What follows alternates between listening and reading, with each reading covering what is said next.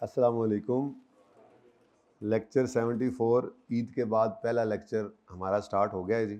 और ईद से पहले अगर आपको याद है तो हम लेबर कॉस्टिंग कर रहे थे। ये लेबर, ये स्पेलिंग थे इसके, लेबर कॉस्टिंग, ठीक है जी। तो इसमें आसान सा टॉपिक था। इसके अंदर मैंने आपसे अर्ज़ किया था कि अकाउंटिंग फॉर लेबर जो है, ये हमारे सिलेबस में जो है, इसके अंदर लेबर कॉस्ट की कंप्यूटेशन है जो हमने सीखी थी कि ये 3 तरह से हम वेजेस पे करते हैं। पीस वेज सिस्टम, वैसे वैसे तो ब्रॉडली स्पीकिंग 2 तरह से, यूनिट बेस या पीस बेस और आर बेस पे। पीस बेस या यूनिट बेस के ऊपर सिंपल स्ट्रेट पीस रेट भी होता है, विद गारंटीड वेज भी पीस रेट सिस्टम होता है, और डिफरेंशियल पीस रेट सिस्टम भी होता है, इसमें भी गारंटीड वेजेस आती हैं। थोड़ी सी इसकी प्रैक्टिस कर ली थी हमने एक आध सवाल करके, ताकि पता हो कैलकुलेशन कैसे करनी है। बाकी आप नोट कर रहे होंगे कि सवालों के अंदर ये एक आधे ऑप्शन के तौर पे आ जाता है पीस रेट सिस्टम, और है बहुत सिंपल। पीस रेट सिस्टम में जितने यूनिट्स बने, यूनिट की बेस पे पेमेंट होनी है, पर यूनिट पेमेंट गिवन होती है, यूनिट्स गिवन होते हैं, हम उससे वेज कॉस्ट निकाल लेते हैं, ठीक है। असल तो सर्कस यहाँ पे, ठीक है। आर्ली वेज रेट सिस्टम के अंदर बेसिक पे हम पे करते हैं, कुछ ओवर टाइम पे करना पड़ता है अगर ज़्यादा काम करवाएं तो, और अगर उनको हमने मोटिवेट करके कम वक्त में ज़्यादा काम करवाना है तो हम उनको एफिशिएंसी का बोनस भी देते हैं, ठीक है। तो इसके अंदर मैंने आपको कहा था बेसिक एक फॉर्मेट है। अगर वो वेजेस की कॉस्ट मांग ले तो उसमें बेसिक पे में हम सारे आर्स ले लेते हैं, ठीक है, और ओवर टाइम में सिर्फ फिर हम प्रीमियम लेते हैं। अल्टरनेटिव भी था इसका कि आप बेसिक में सिर्फ बेसिक वाले आवर्स ले लें और ओवर टाइम में फिर टोटल अमाउंट लेनी पड़ती थी। खैर, बोनस का ताल्लुक जो है वो इस टोटल आवर्स के साथ बेसिकली इस तरह से नहीं होता, बल्कि अलाउड टाइम और एक्चुअल टाइम के डिफरेंस से जो आवर्स बचते हैं उससे हम बोनस प्रीमियम पे करते हैं, ठीक है। ओवर टाइम के आवर्स कैसे निकलते थे, कि आज थोड़ी सी रिवीजन भी हो जाएगी, सवाल करते हैं। टोटल एक्चुअल आवर्स याद है? सीएमए की क्लास है ये, कैफ 3 सीएमए की जी। टोटल एक्चुअल आवर्स जो वर्क किए और नॉर्मल वर्किंग आवर्स जो वीक के अंदर होते हैं, इनका डिफरेंस ओवर टाइम के आवर्स निकलते थे। और ओवर टाइम का प्रीमियम नॉर्मली होता है नॉर्मल रेट से थोड़ा ज़्यादा पे करते हैं ओवर टाइम में। सेव्ड आवर्स कैसे निकालते थे हम? Total time allowed for actual production, वो जो उन्होंने एक स्टैंडर्ड सेट किया होता था कि इतने घंटे में एक यूनिट बनना चाहिए। हम कहते थे जी टोटल जो 30,000 यूनिट अगर बने तो अगर 1.5 घंटे में एक यूनिट बनना चाहिए था, तो इसका मतलब 45,000 घंटे में ये 30,000 यूनिट बनने चाहिए थे। अब अगर किसी बंदे ने वो 45,000 घंटे की बजाय 40,000 घंटों में बना लिए तो 5,000 घंटे उसने क्या कर लिए? सेव। तो वो सेव्ड आवर्स को फिर आप बोनस के प्रीमियम से मल्टीप्लाई करते थे, ठीक है। अच्छा, उसके बाद फिर थोड़ी सी बात हमने ये की थी कि एम्प्लॉयज़ को हम जो बेसिक वेज पे करते हैं बस वही डायरेक्ट लेबर है। वैसे तो सारी लेबर कॉस्ट अगर डायरेक्ट हो चाहे इनडायरेक्ट हो, अल्टीमेटली प्रोडक्ट की कॉस्ट में तो आ ही जाती है। प्रोडक्ट की कॉस्ट में आने का मसला नहीं है। वैसे अगर कोई वो ये आपसे बाइफर्केशन करवा ले तो याद रखना कि जो एम्प्लॉय को हम बेसिक वेजेस पे करते हैं वो बेसिक वेजेस डायरेक्ट वेजेस हैं। उसके अलावा एम्प्लॉयज़ को पे की जाने वाली हर वो चीज़ जो बेसिक वेजेस के अलावा है, चाहे वो ओवर टाइम का प्रीमियम है, चाहे वो बोनस है, चाहे वो लीव इन कैशमेंट है, कुछ भी है, ऐसी वो चीज़ जो हमने एम्प्लॉयज़ को, लेबर को पे की है और वो बेसिक वेज के अलावा है, वो हमारी इनडायरेक्ट लेबर है, ठीक है। लेकिन बात ज़ाहिर है इसकी इस वक्त ज़्यादातर किस सीएमए के अंदर किस लेबर की चल रही होती है? जो फैक्ट्री के अंदर मौजूद लेबर है। इसीलिए डायरेक्ट और इनडायरेक्ट का चक्कर चल रहा है, और अल्टीमेटली ये दोनों ही कहाँ जानी है? मैन्युफैक्चरिंग कॉस्ट का हिस्सा बन जानी है। जो cost of goods manufacturing account आप बनाते थे, डायरेक्ट मटीरियल, डायरेक्ट वेजेस, और फिर ओवरहेड्स के अंदर इनडायरेक्ट मटीरियल भी आ जाता था और इनडायरेक्ट लेबर भी। तो बात किसकी हो रही है? ये प्रोडक्शन लेबर की, ठीक है ना। अच्छा, ज़्यादातर बात, क्योंकि नॉर्मली मैंने आपको ये बात भी की थी, एक मिनट ये देखें कि मैन्युफैक्चरिंग ऑर्गेनाइजेशन में ही एडमिन डिपार्टमेंट भी है, सेलिंग डिपार्टमेंट भी है। ये तो ट्रेडिंग ऑर्गेनाइजेशन में भी होते हैं, ठीक है। नॉर्मली इनको हम फिक्स सैलरी पे करते हैं, इनको हम फिक्स सैलरी प्लस कुछ कमीशन प्रॉफिट का या सेल का, इस तरह से हम पे कर देते हैं। लड़ाई होती ही कहाँ पे है? जो प्रोडक्शन की लेबर होती है। तो वहां पर फिर बात इसीलिए टेस्ट भी ज़्यादा ये वाला हो रहा था, ठीक है ना। तो प्रोडक्शन की लेबर के ऊपर हम ये सारी बात कर रहे थे, ज़्यादातर यही टेस्ट होता है, ठीक है। इसके अंदर कुछ सवालों के सोल्यूशंस मेरे एंड पे बिल्कुल पेंडिंग हैं। सोल्यूशन भी थे, लेकिन अल्हम्दुलिल्लाह जैसे आप लोगों ने ईद एंजॉय की, मैंने भी ईद एंजॉय की, कोई काम नहीं किया, ठीक है।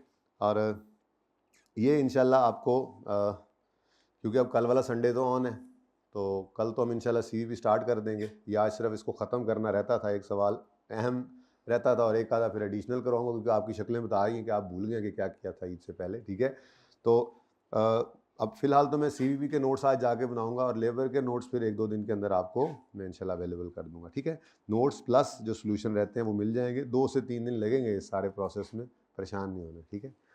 कुछ सवाल मैंने आपको करवा दिए थे, पहला दूसरा करवाया था, चौथा भी करवा दिया था, तीसरा, पाँचवा, छठा ये होमवर्क में थे, 7वां करवा दिया था, 8वां हो गया था, 9वां मुझे आज करवाना पड़ेगा। मैं यही सोच रहा हूँ कि ये 9th क्वेश्चन मैं आज करवा दूँ ताकि ज़रा रिवाइज हो जाए कि 8वें क्वेश्चन में क्या किया था। वैसे किसी बच्चे ने, बाय द वे पूछ रहा हूँ ऐसे ही, बस ऐसे ही, किसी ने ये घर पे ट्राई किया हो?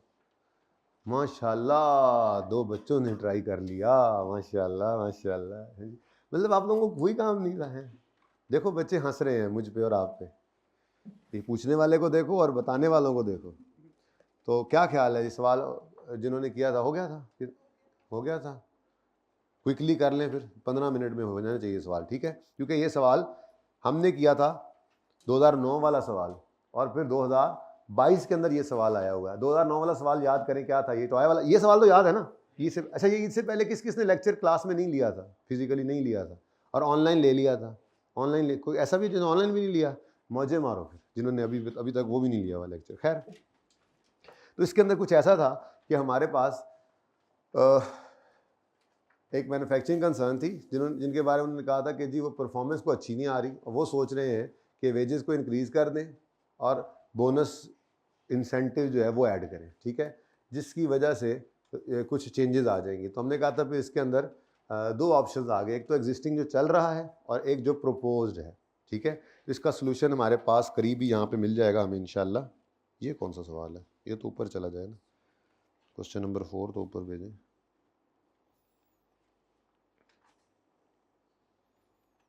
इधर ही ठीक है।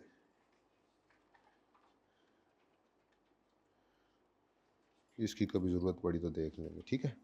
अच्छा जी, सवाल हमारा रहा ये जो हमने सवाल किया था, इसके अंदर फिर मैंने आपको कहा था 3 स्टेप्स हैं। सबसे पहले कैलकुलेट करो total cost, direct material, direct labour, variable और फिक्स ओवरहेड, सारी की सारी कॉस्ट एग्जिस्टिंग सिचुएशन में, और टोटल कॉस्ट ही जो है वो कंप्यूट करो रिवाइज सिचुएशन में और सिलेक्ट कर लो जो लोएस्ट कॉस्ट है। तो ये हमारा सवाल बना था, existing material cost, labour cost, overheads cost, ठीक है जी। उसके बाद रिजेक्शन थी, फिनिश गुड्स की रिजेक्शन थी और वो स्क्रैप के तौर पे बिक रहे थे, तो वो भी हमने कहा था कि ये कॉस्ट को सेव कर देगी, तो नेट में कॉस्ट ये आई थी।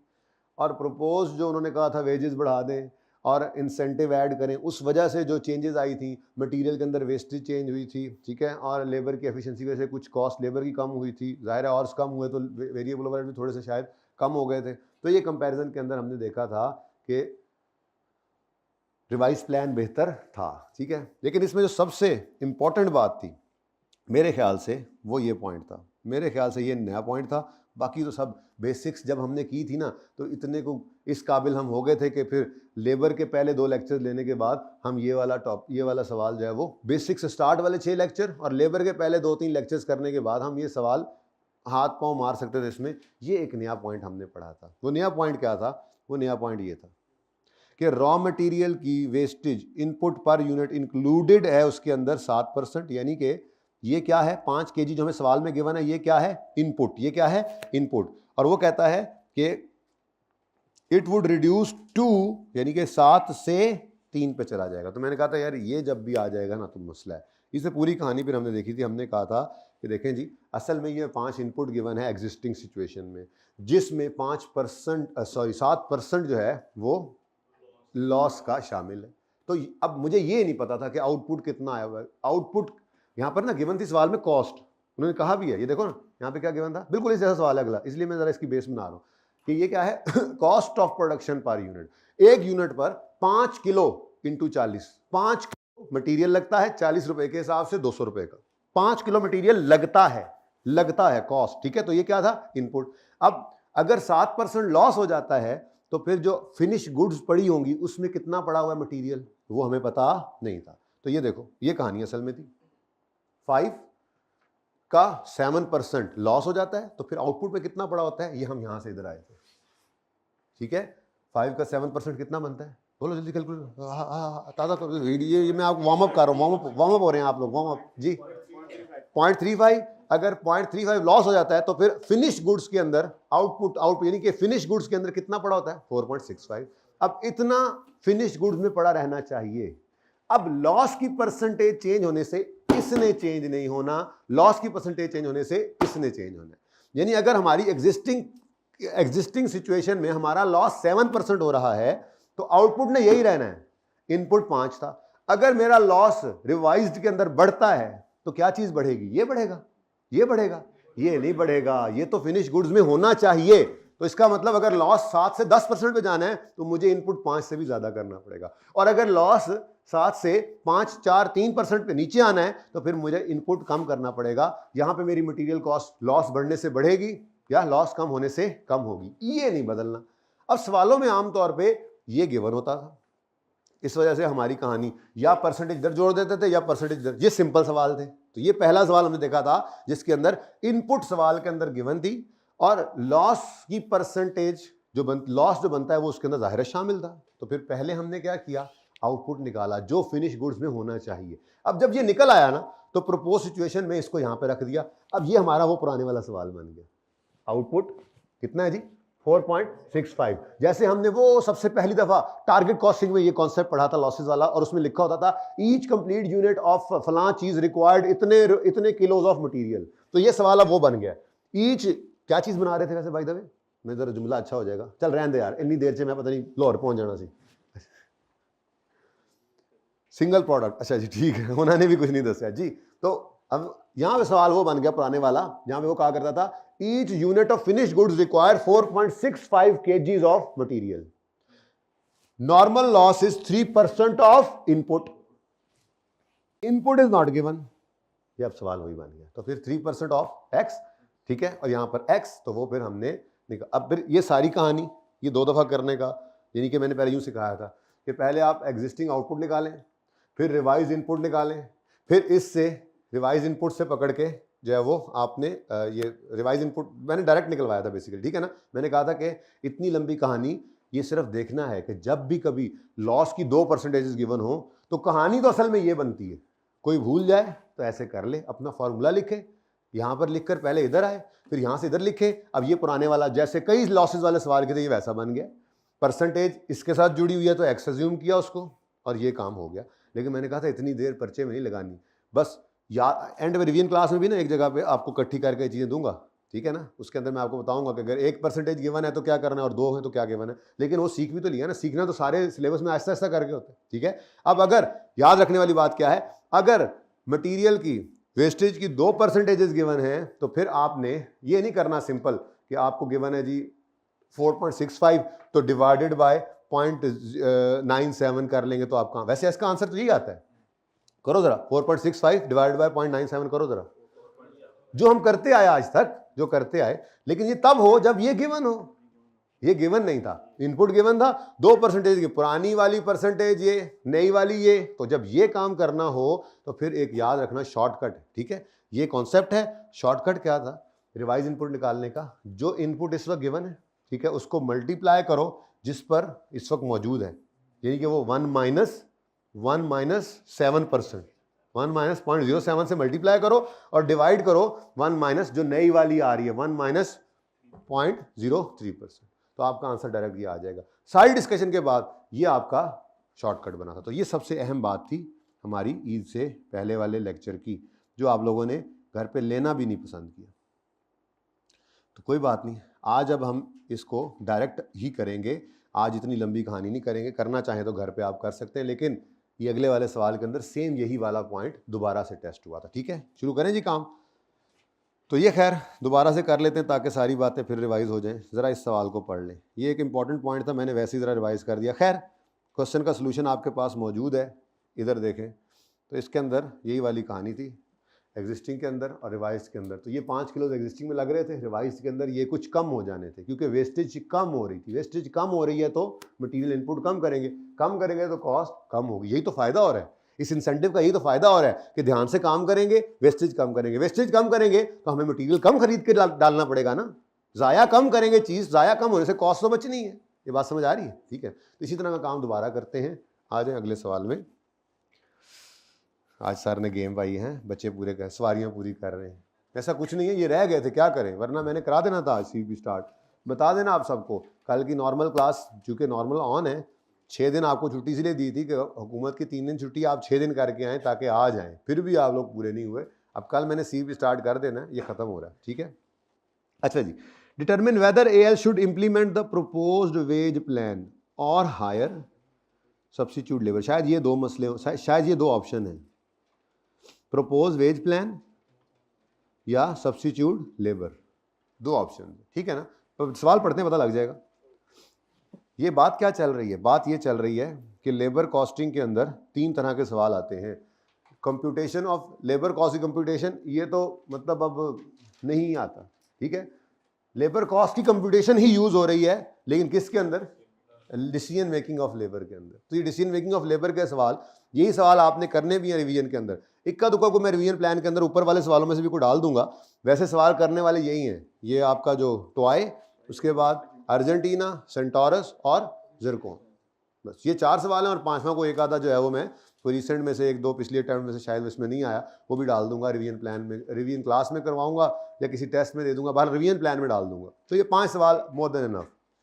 लर्निंग कर्व अलग है, लर्निंग कर्व के 3 से 4 सवाल हमने इंडिपेंडेंट भी किए थे जब 3 दिन लगाए थे, और लर्निंग कर्व जहाँ जहाँ आता है वहाँ वहाँ हम उसको यूज़ भी करते आ रहे हैं। तो ज़्यादा ये टेस्ट होता है, और ये भी अब काफ़ी पसंद आ गया ICAP को, ये यूज़ होता है, इन दोनों के अंदर नॉर्मली यूज़ हो रहा था, ठीक है ना। तो इस वक्त बात किसकी चल रही है, हम जो कल से ईद से पहले से लगे हुए हैं, ईद से पहले जो हफ्ता था उस दिन हमने डिसीजन मेकिंग ऑफ लेबर शुरू की थी, तो उसी का आज ये दूसरा लेक्चर है। मैंने आपको कहा था 3 से 4 दिन लगते हैं, और मैंने कहा था 4 दिन ही लगते हैं, तो ये चौथा दिन है, आखिरी है।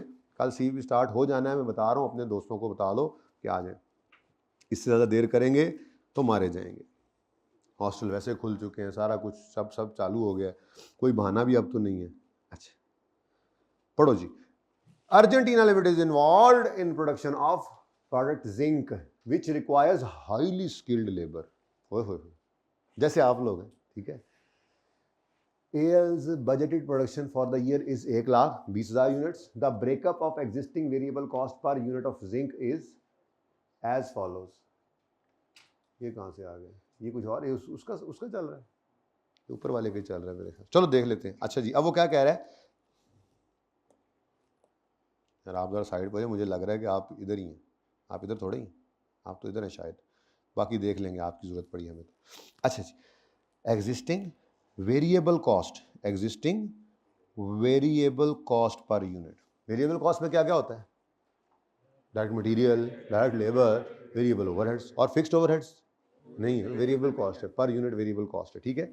अच्छा रॉ मटेरियल, अच्छा अब ये इस तरह का टेबल ना, ये आपको स्टैंडर्ड कॉस्टिंग में लाजमी मिला करेगा, ये स्टैंडर्ड कॉस्ट टाइप चीज़ है, ठीक है, पर स्टैंडर्ड कॉस्ट कार्ड टाइप चीज़ है। बाल छोड़े इसको, क्या होता है उस टॉपिक में देखेंगे। सादा बात है, एक यूनिट के अंदर, एक यूनिट के ऊपर रॉ मटेरियल 4 किलो लगता है, और हर किलो ऑफ रॉ मटेरियल 100 रुपए का है, तो टोटल एक यूनिट पर कितना मटेरियल लग गया, 400 का, सिंपल, ठीक है। एक यूनिट के ऊपर 1.5 घंटा लेबर का लगता है, और हर लेबर का घंटा हम 200 रुपए के हिसाब से पे करते हैं, ठीक है जी। तो ये 300 रुपए की कॉस्ट आ गई, और वेरिएबल ओवरहेड्स जो है वो 125 रुपए गिवन है, और गिवन पर यूनिट ही है, तो मसले ख़त्म हो गया। जितने यूनिट्स बनाएंगे, 120 बनाए तो 120 इंटू 125, इससे ज़्यादा कम हुए तो अगर खुदा, अच्छा ज़्यादा कम हो सकते हैं, ज़्यादा कम कब हो सकते हैं, 120,000 यूनिट्स वो कह रहे प्रोडक्शन, बजटेड प्रोडक्शन है, इससे ज़्यादा प्रोडक्शन करनी पड़ सकती है, क्यों?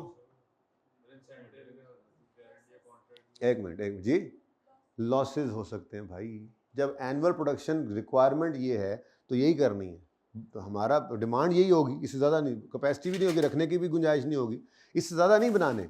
इससे ज़्यादा कब बनाने पड़ सकते हैं, जब फिनिश गुड्स में रिजेक्शन आ जाए। 120,000 यूनिट्स अगर बनाने और कोई 2-4% रिजेक्ट हो जाते हैं तो ज़्यादा बनाएंगे तो 120 पूरे होंगे ना, ये एक सिचुएशन थी। तो अगर मैंने कहा था सवाल, ये भी हफ्ते वाले दिन कहा था, ठीक है, जिन्होंने नहीं लिया लेक्चर, अगर सवाल में फिनिश गुड्स की रिजेक्शन आ जाए तो सबसे पहले प्रोडक्शन यूनिट्स निकालो, क्योंकि जितने यूनिट्स प्रोड्यूस करने हैं उतनों के लिए मटेरियल चाहिए, उतनों के लिए लेबर चाहिए, उतनों पर ही ओवरहेड्स लगने।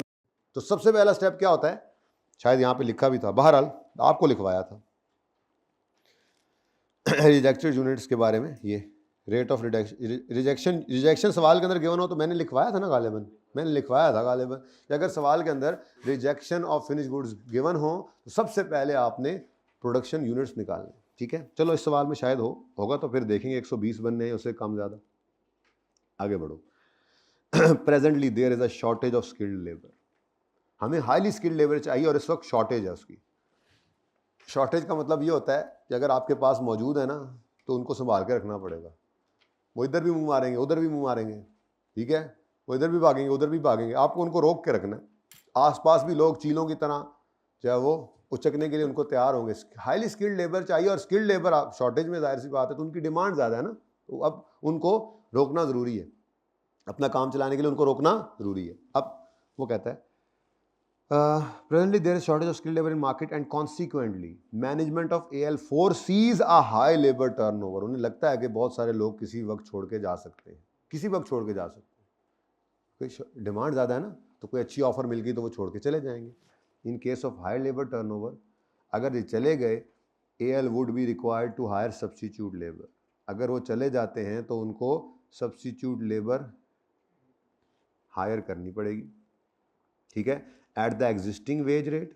लेकिन उनको पैसे तो यही देंगे, क्या मतलब 200 पर आवर के हिसाब से उनको सब्स्टिट्यूट लेबर हायर करनी पड़ेगी, लेकिन कुछ मसले उसमें हैं, कुछ इनएफिशिएंसीज आ जाएंगी। एक काम कर रहे हैं ना, skilled labour, highly skilled labour चाहिए, वो हमारे पास मौजूद है, वो काम कर रहे हैं तो सही काम कर रहे हैं, ठीक है, लेकिन अगर वो छोड़ गए तो नया बंदा ले भी आएंगे तो शायद उनको उतना तजर्बा नहीं होगा, कुछ इनएफिशिएंसीज आ जाएंगी उस वजह से। क्या है जी, रॉ मटेरियल वेस्टेज आज 4% से 5% पे बढ़ रही है, कल कम हो रही थी। अब अगेन वही बात, इस सवाल के अंदर तो खैर उसने ये बात भी नहीं लिखी, यहाँ पे उसने क्या लिखा हुआ था, कहाँ लिखा हुआ था, ये raw material input per unit includes wastage of 7%। यहाँ पर उसने कहीं लिखा हुआ है कि फ्रॉम 4 टू, यहाँ ऐसे लिखा हुआ उसने कि द रॉ मटेरियल इनपुट, अगर लिखता ना इसी तरह से तो यूँ लिखता, raw material input per unit includes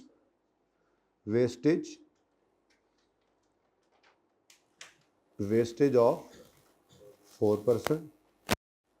it would reduce to, ऊपर क्या लिखा होता है, इट वुड रिड्यूस टू, यहाँ पे क्या लिखता, इट वुड, मैं ऊपर जैसा जुमला बना रहा हूँ, इट वुड इंक्रीज टू 5%। यानी अगर ये जुमला, इस सवाल वाला, सारा सवाल वैसा ही था जो ऊपर वाला था, जुमला थोड़ा सा चेंज कर दिया।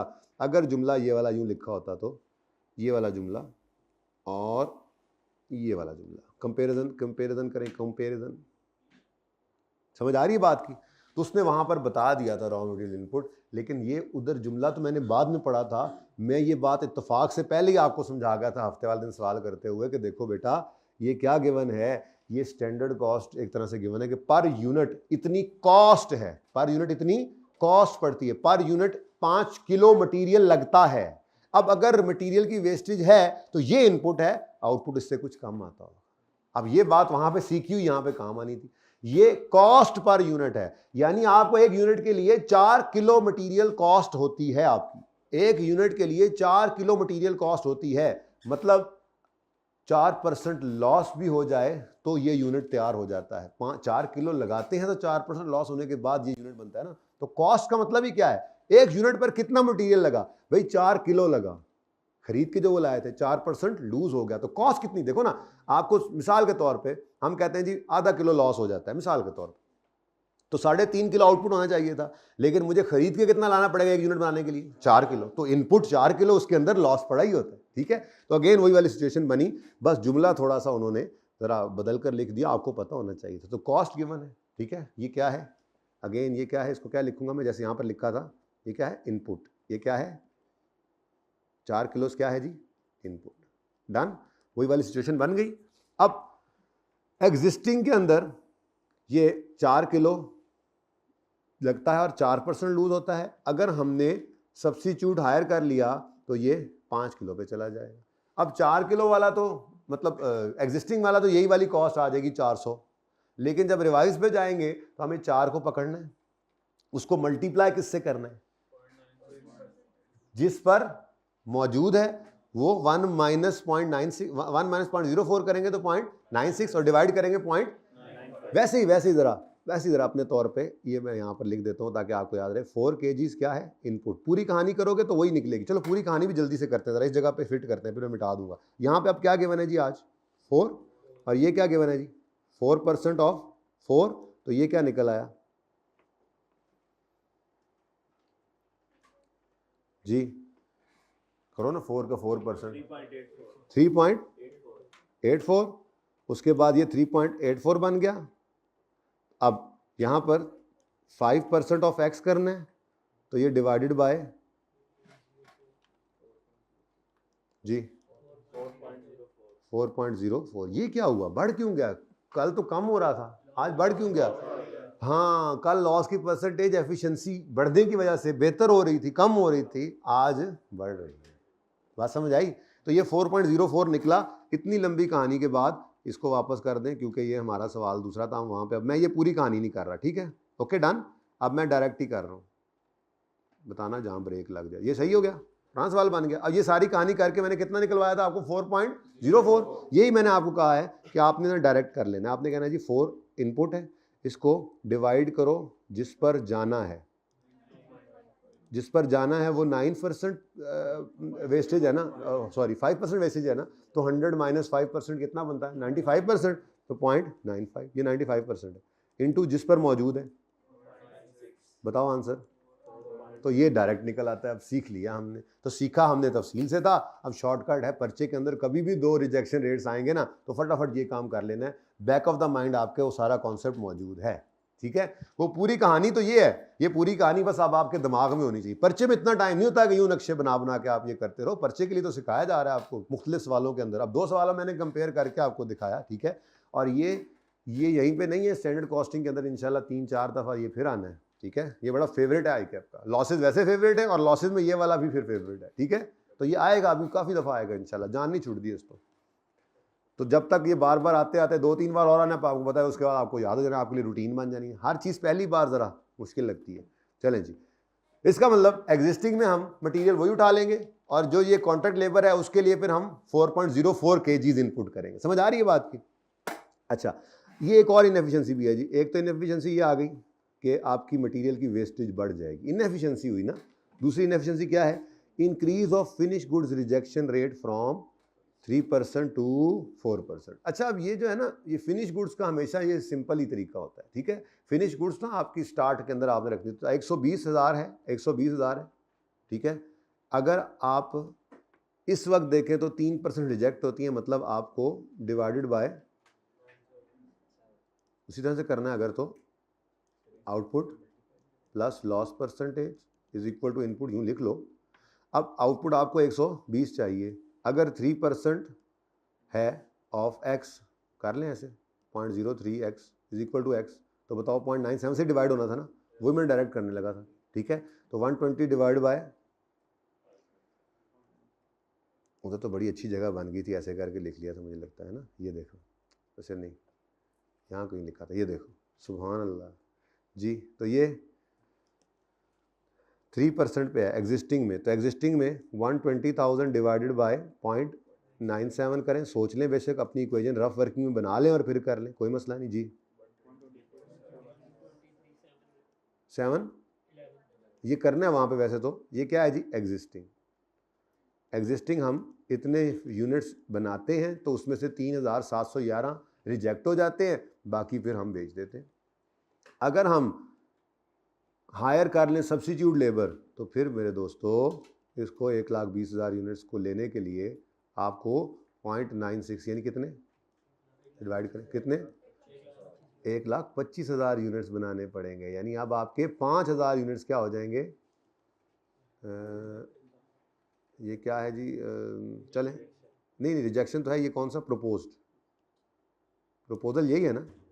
नहीं नहीं नहीं नहीं, ये क्या है? ये सब्स्टिट्यूट लेबर। अच्छा, अब ये ना 2 ही ऑप्शंस बन रहे हैं। अस्सलाम वालेकुम सर। 2 ही ऑप्शंस बन रहे हैं। एक ये है कि एग्जिस्टिंग पे रहें, और एग्जिस्टिंग पे रहते हुए ये देखो, आगे बताता हूँ। बहरहाल सब्स्टिट्यूट लेबर होगी तो 1,25,000, ओके डन।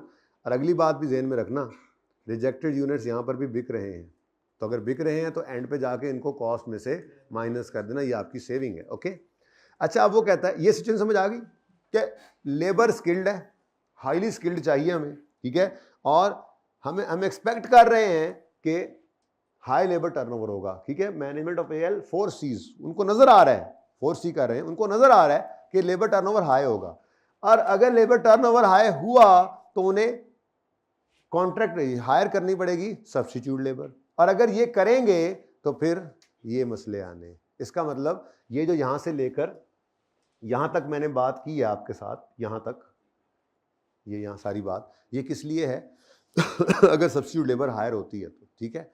लेकिन वो कहते हैं हमें अपने एम्प्लॉयज़ बड़े अजीज हैं, in order to avoid the situation, क्या कौन सिचुएशन, लेबर टर्नओवर ना हो और हायर सब्स्टिट्यूट लेबर ना करें और ये वाले नुकसानात ना हो, इस सिचुएशन को अवॉइड करने के लिए management is considering to revise the wage plan as follows. वो कहते हैं जी उनके लिए तनख्वाह बढ़ा दो, जाए ना 7% वेजेस बढ़ा दो और पे करो premium of ₹70 per hour saved of skilled labor to skilled labor who manufactures the production less than product in less than 1.5 hour। 1.5 घंटा ऊपर चाहिए था, जो 1.5 घंटे से कम टाइम में करें उनको जितने घंटे सेव करें ₹70 पर घंटा पे कर दें। ये बात समझ आई, ठीक है। The management believes that introduction of above wage plan would increase the efficiency of existing skilled labour by, इसका मतलब अगर ये वाला आप इनपुट कर, ये वाला आप प्लान इंप्लीमेंट करते हैं तो वो जो 1.5 घंटे में काम कर रहे हैं वो उससे भी जल्दी काम करेंगे। 7% देखो ना, 7% इंक्रीमेंट ऑफ वेज भी तो है, ठीक है। सिर्फ ये नहीं कि आपने बोनस रखा है तो लोग जल्दी काम कर रहे हैं, वैसे भी इंक्रीमेंट लग जाए तो मोटिवेट हो जाते हैं ना लोग, मोटिवेशन के साथ काम करेंगे। तो ये वाला प्लान जब इंप्लीमेंट करेंगे तो स्किल्ड लेबर जो है वो उसकी एफिशिएंसी 6% से बढ़ जाएगी। इसका मतलब 1.5 आवर्स की बजाय 1.5 आवर्स का 94% लगेगा। ये बात समझ आई? 1.5 आवर्स का 94% कितना बनता है वैसे बाय द वे? हैं 1.5 आवर्स पर यूनिट, ठहर जाना, per unit into 94% is equal to 1.41 labour hours per unit. Done हो गया जी। तो ये सारी वर्किंग मैंने यहाँ पे कर दी। ये तो सिर्फ पढ़ते पढ़ते मैं टाइम ज़ाया करता हूँ, ऐसे ज़रा गोलियाँ करा रहा होता हूँ, बच्चे पूरे कर रहा होता हूँ, है ना। तो ये काम तो अब हमने असल में तो करना है वहीं पर, ठीक है जी। तो बहरहाल ये सारी बातें आपके सामने हैं। अब 2 सिचुएशंस बन गई हमारे पास, हमने प्रपोज प्लान और एग्जिस्टिंग को देखना है, ठीक है। कितना बोर वर्ल्ड कप है इस दफ़ा, वर्ल्ड कप हो रहा है, सही कह रहे हो, you are right, absolutely right.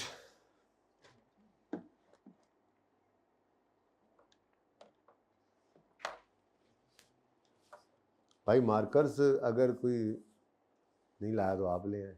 शुरू करें जी। मार्कर कोई भी नहीं है, जल्दी से। हाँ आप आ गए हैं, ये आपकी मेहरबानी है भाई, ठीक है जी। बच्चों शुरू करें, आप बिस्मिल्लाह करें, ठीक है। देखते हैं ज़रा क्या करते हैं आप लोग। ये आपका होमवर्क था बाय द वे। अब ये हो गया था, तुमने भी किया था, हो गया था। लो जी काम करके आए आज, अच्छा काम। हफ्ते को आए थे ना तुम, ले लिया था तुमने? रास्ते को बताता हूँ मैं कहूँगा आप पूछें आज में।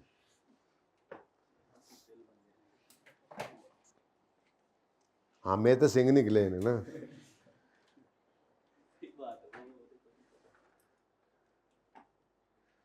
यार बच्चे किधर है, क्यों नहीं आए? जल्दी करो। इवैल्यूएशन ऑफ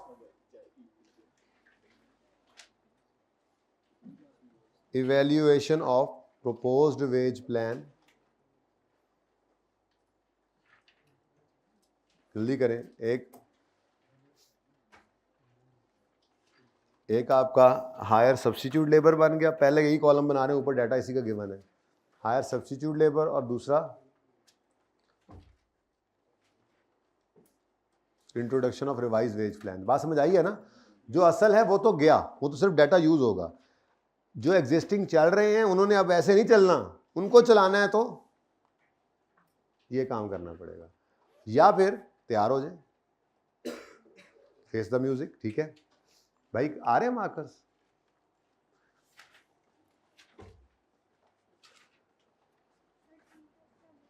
टर्म टेस्ट का बताता हूँ, जो हालात देख रहा हूँ मुझे लग रहा है जुमे पे ही रख लेता हूँ, फिर जब सोमवार हो जाना है तो सोमवार को तो हर किसी के अपने टेस्ट है, मुझे किसी ने लेने देना मेरे दिन में। इधर आए जरा जी, देखते हैं क्या क्वेश्चन नंबर है जी। जी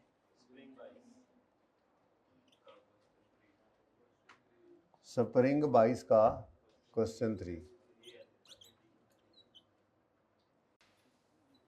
मैसी लिमिटेड। अच्छा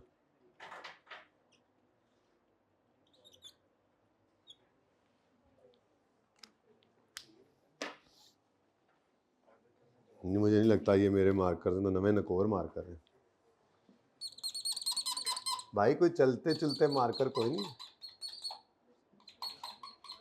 ये समझ आ गया भाई को? मेरे मेरे मेरा वो देखें, वो ज्योमेट्री बॉक्स समझ आ रहा है जी? क्या कॉन्सेप्ट समझ आया? ये किसी को ना समझ आया तो पूछ लें, समझ आ गया सब? Okay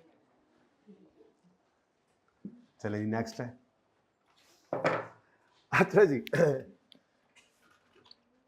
evaluation of ways plan, ये तो अब नहीं सही।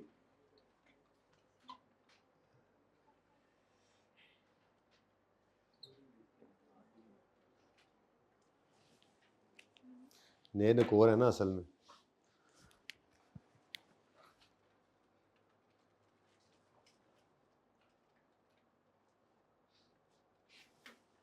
जी बच्चों, क्या लिखा हुआ था उन्होंने? क्या करेंगे? लेबर कौन सी? सब क्या? Substitute labour. तो हायरिंग सब्स्टिट्यूट लेबर और रिवाइज्ड वेज प्लान एग्जिस्टिंग का, कुछ भी लिख दिया करें।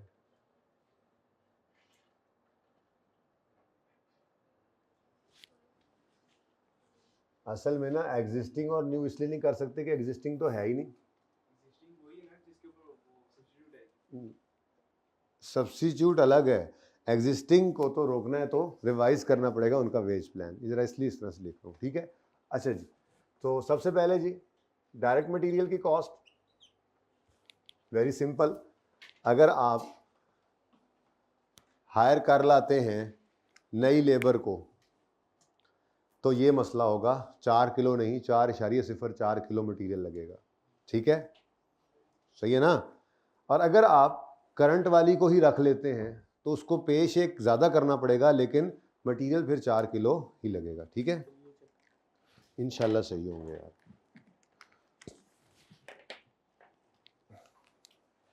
जी बच्चों, ठीक है भाई, ज़बरदस्त है, जज़ाकल्लाह। बताइएगा जी, अभी मैं किसकी बात कर रहा हूँ? मैं किसकी बात कर रहा हूँ? हायर कर लें हम सब्स्टिट्यूट लेबर को, ठीक है ना, क्योंकि सवाल में सिर्फ पहले तरतीब इसकी थी ना, मैं इसलिए वो करवा रहा हूँ, बाकी को फर्क थोड़ा ही पड़ता है। सवाल में क्योंकि पहले डाटा इसका आ गया इसलिए मैं पहले बात भी इसी कर गया था, तो मैं वही पूरा करने लगा, ठीक है। अगर हम हायर करते हैं सब्स्टिट्यूट लेबर तो इनएफिशिएंसीज आएंगी, जिसमें पहली क्या है? रॉ मटेरियल की वेस्टेज 4 से 5% पे चली जाएगी, यानी 4 किलो से कुछ ज्यादा लगेगा। कितना लगेगा? अब लंबी कहानी कोई नहीं, अब सिर्फ इतनी सी बात। पहले बताओ टोटल यूनिट्स कितने? यार इसको ब्लैक से ही ना कर ले, नजर ही नहीं आ रहा ब्लू जी। 1,20,000 यूनिट्स है, 1,20,000 यूनिट्स हमने बनाने, और हर यूनिट के ऊपर 4 किलोज नहीं बल्कि जी रिजेक्शन भी है। ओ माय गॉड, सवाल रुक गया। सबसे पहले अब क्या करना पड़ेगा हमें? सबसे पहले हमें क्या लफ्ज लिखा था वर्किंग वन में कल वाले सवाल के अंदर? Total production. सबसे पहला ये काम किया था, ये देखो टोटल प्रोडक्शन कितनी चाहिए, ये यूनिट्स के अंदर एग्जिस्टिंग रिवाइज्ड, ऐसे ही आज हमने बनाना है इसका भी, ठीक है। तो ये मैं आपके लिए नोट कर लाया था, आपका बोर्ड है।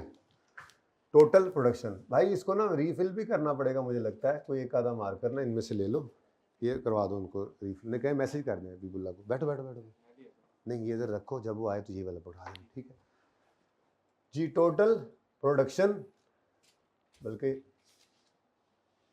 इधर ही टोटल प्रोडक्शन हेडिंग क्या देनी जी, सब्स्टिट्यूट लेबर अगर हो तो कितने प्रोडक्शन करनी पड़ेगी, रिजेक्शन रेट बढ़ेगा तो ज़्यादा हो जाएगी, ठीक है। और अगर रिवाइज करें वेज प्लान, तो रिवाइज वेज प्लान हो तो फिर आपको कुछ कम रिजेक्शन के साथ प्रोडक्शन करनी पड़नी है, लेकिन प्रोडक्शन में बहरहाल रिजेक्शन तो उसमें भी है, ठीक है जी। अब यहाँ पे हमने करना है, यहीं पे करना है, 1,20,000 यूनिट्स प्रोड्यूस कर हमें चाहिए, ठीक है। और वो क्या कह रहा है, बहुत ही निका निका लिखा गया जी, ये वो क्या कह रहा है जी, अगर हम हायर करते सब्स्टिट्यूट लेबर को तो इंक्रीज हो जाएगा finish good rejection rate from 3% to 4%, यानी कि हमें यहाँ पर डिवाइडेड बाय हो ही जाना है यार, इधर जगह तंग है वर्किंग्स के लिए। 1,20,000 डिवाइडेड बाय 0.96 कितना बनता है जी, 1,25,000 यूनिट्स हमें बनाने पड़ेंगे।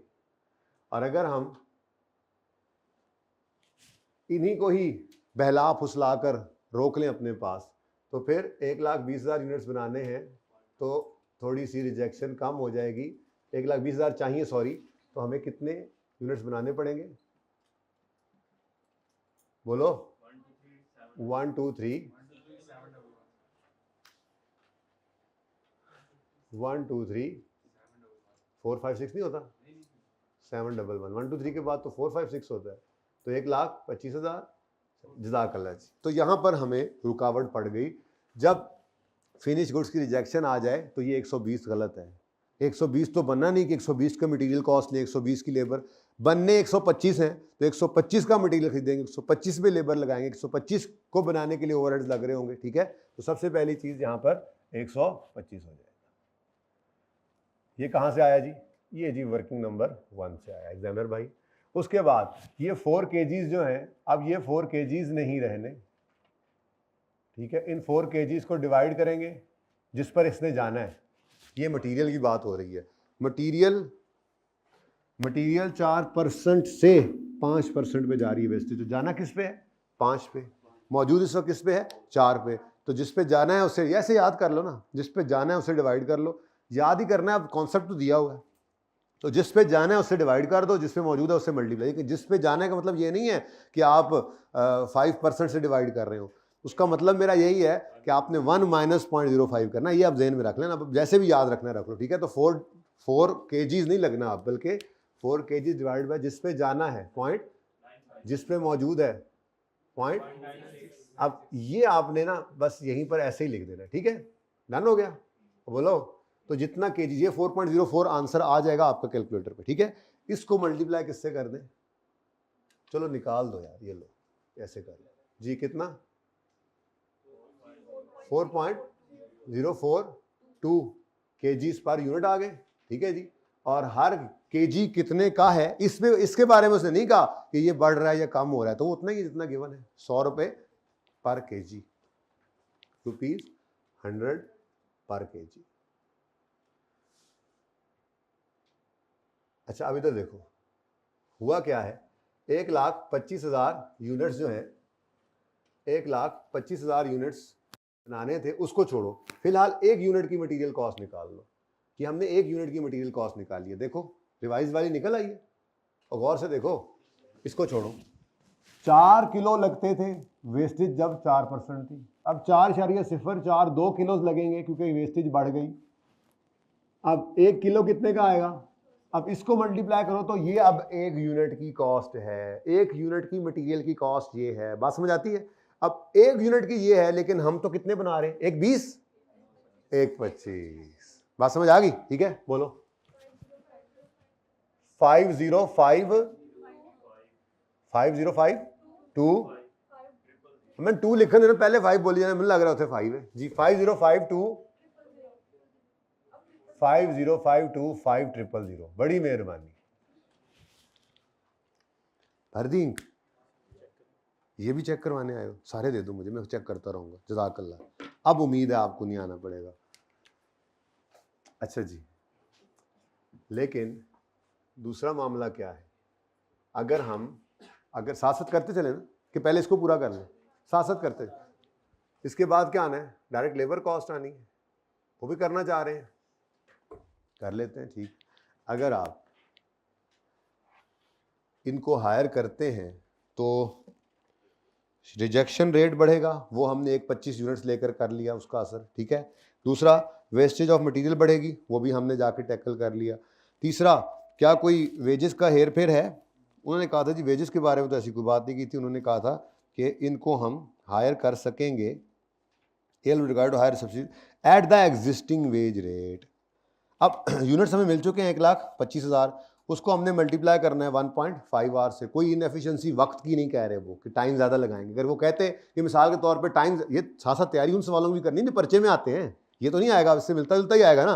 वो यूँ भी कह सकता था कि जब इनको हायर करेंगे तो एग्जिस्टिंग रेट ही होगा, लेकिन वो शायद 10% ज़्यादा वक्त लगा देंगे, तो हम कहते हैं 1.5 इंटू 1.1 करते हैं ना, लेकिन ऐसा कुछ नहीं था। अब 125,000 यूनिट्स बनाएंगे, 1.5 घंटे एक यूनिट पर लगना है और 200 रुपये, ये बिल्कुल सिंपल है, ठीक है। तो wages cost, direct labour cost या वेजेस कॉस्ट आप लिख रहे हो ना यहाँ पर, आप आजकल वेजेस कॉस्ट लिख रहे होते हैं, तो डायरेक्ट लेबर ही लिख दो, लेबर कॉस्ट वेजेस कॉस्ट, ठीक है। चलो जी, कितने यूनिट्स, 1,25,000 यूनिट्स। अच्छा, अलग से वर्किंग करने की बजाय यहाँ पे भी आप कर सकते हैं 1,25,000 divided by 0.96, sorry 1,20,000 divided by 0.96, और आंसर भी ना लिखें, कैलकुलेटर खुद कर देगा आपको। पर्चे में यहाँ पर वर्किंग शो कर सकते हैं आप इतनी भी, ठीक है, अगर काबू हो तो, वरना ऐसे कर लें, क्योंकि बार बार देखना होता है तो अच्छा होता है एक छोटी सी वर्किंग साइड पे हुई पड़ी हो कि इस लेवल पे इतने यूनिट्स हैं, इस लेवल पे इतने, क्योंकि 1,23,000 या 1,25,000 कहीं भी सवाल में नजर नहीं आ रहे ना, 1,20,000 नजर आ रहे हैं, तो ये छोटी सी वर्किंग करके रख लेंगे, तो जहां जहां यूज करना होगा आप वो वहां से देखकर कर सकेंगे, ठीक है जी। यूनिट्स इतने बनने हैं, और हर यूनिट के ऊपर देखो, जैसे 4 किलो एक यूनिट पर लगता है, 1.5 घंटा एक यूनिट पर लगता है, 4 किलो एक यूनिट पर लगते हैं 1.5 घंटा, वो 4 यूनिट में लॉस आ गया था तो उसको सही कर लिया यहाँ पर। अच्छा, इस तरह का लॉस जो है ये आप स्टैंडर्ड कॉस्टिंग में देखेंगे, लेबर में भी आएगा। कैसे, वो ये कहेगा करंटली वो मिसाल के तौर पे 3% टाइम जो है अपना आइडल बैठे रहते हैं, ये वेला टाइम, ये नॉर्मल लॉस होता है ना, 3% टाइम वेला बैठे रहते हैं, नॉर्मल लॉस। अगर हम ये करेंगे तो ये 3 से 2 पे आ जाएगा या 3 से 5, ऐसा लेबर में भी हो सकता है सेम। तो सीखा यही जगह, कई जगह इस्तेमाल होगा, फिलहाल नहीं है। 1.5 labour hours per unit into ₹200 पर लेबर आवर जी, 375,000 जी। इसके बाद वेजेस कॉस्ट आ जाएगी हमारी दूसरे ऑप्शन की, ठीक है। उसके बाद क्या है जी, वेरिएबल ओवरहेड्स की cost.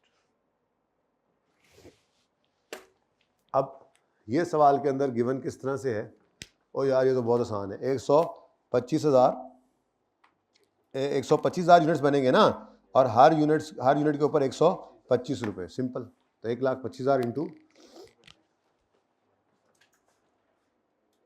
1,25,000 units into ₹125 per unit जी, बोलो 15, जल्दी कर लो यार, ज़िरकॉन वाला सवाल भी करना है अभी।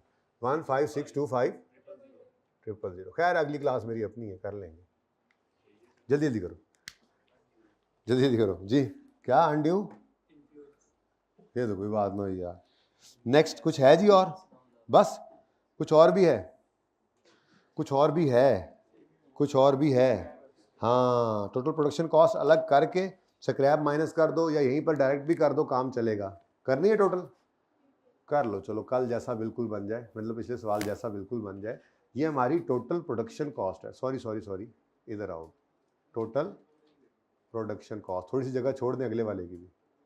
टोटल प्रोडक्शन कॉस्ट कितनी आ गई जी, टोटल प्रोडक्शन कॉस्ट 105, इतनी ज्यादा, एक सिफर कम है मुझे लगता है।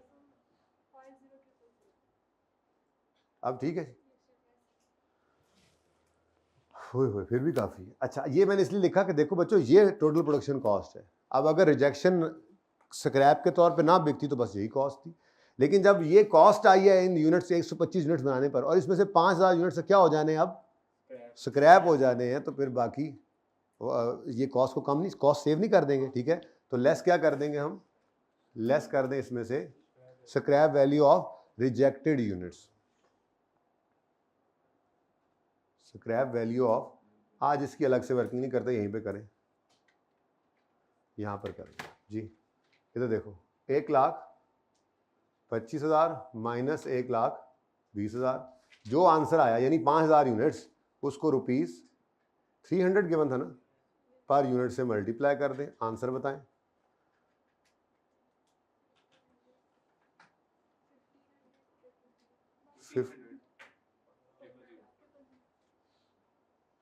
लेंज इधर जगह छोड़ दें आप दूसरे वाले भाई के लिए, वो देख लेंगे, सब निकालने की जरूरत नहीं, अभी तरतीब जो चल रही है वही चलने दो। और यहाँ पे हमारे पास टोटल कॉस्ट आ जाएगी, ठहर जाओ पाएन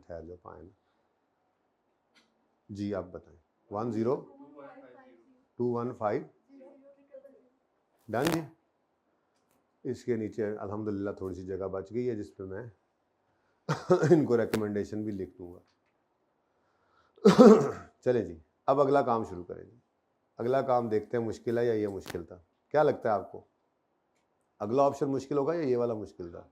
अगला मुश्किल है, क्योंकि वो अभी किया नहीं है इसलिए, उसमें वर्किंग ज़्यादा है। चलें जी, शुरू कर दें फिर। सबसे पहले मटेरियल कॉस्ट आप लोग लिखें जी, जल्दी करें, मैं नहीं लिख रहा, आपके सामने सवाल है, जल्दी कर दें।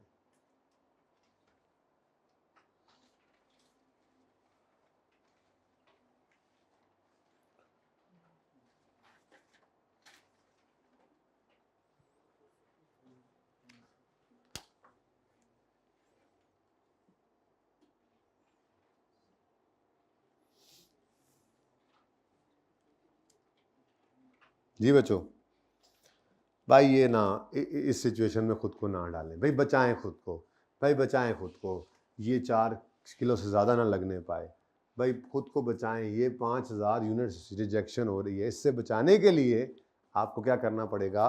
आपको इंक्रीज़ करनी पड़ेगी वेजेस बाय 7% और 70 रुपये पर आवर सेव्ड जो है वो आपको देना पड़ेगा एज एन इंसेंटिव।